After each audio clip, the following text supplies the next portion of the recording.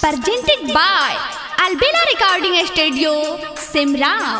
हमारा करे जावा में मरले काटारी दुलैका के बन गईले रे ससुरा में महातारी।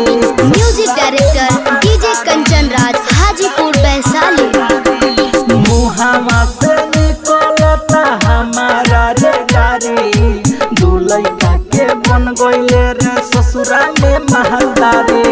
ससुरा में महातारी, ससुरा में महातारी। हमारा करे जावा प मरले काटारी दुलैका के बन गईले रे ससुरा में महातारी। दुलैका के बन गईली रे ससुरा में महातारी। डीजे कंचन राज, ससुरा में महातारी। नीम चौक चौसीमा वैशाली।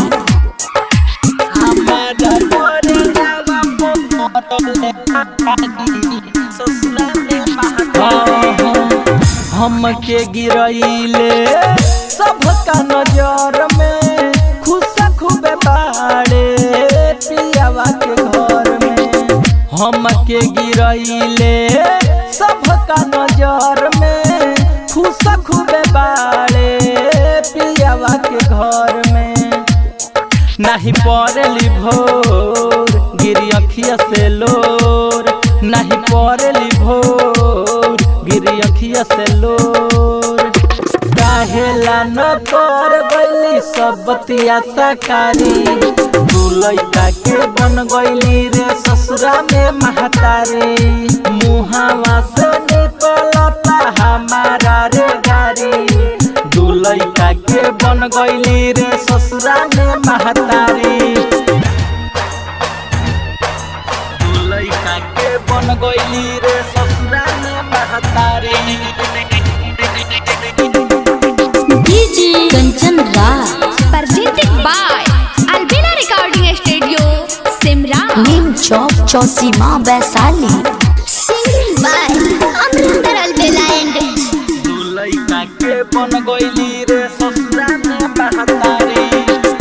राइटर हो रील से बदल छल रे तोहरा के बुझत रही हम सुन भल रे।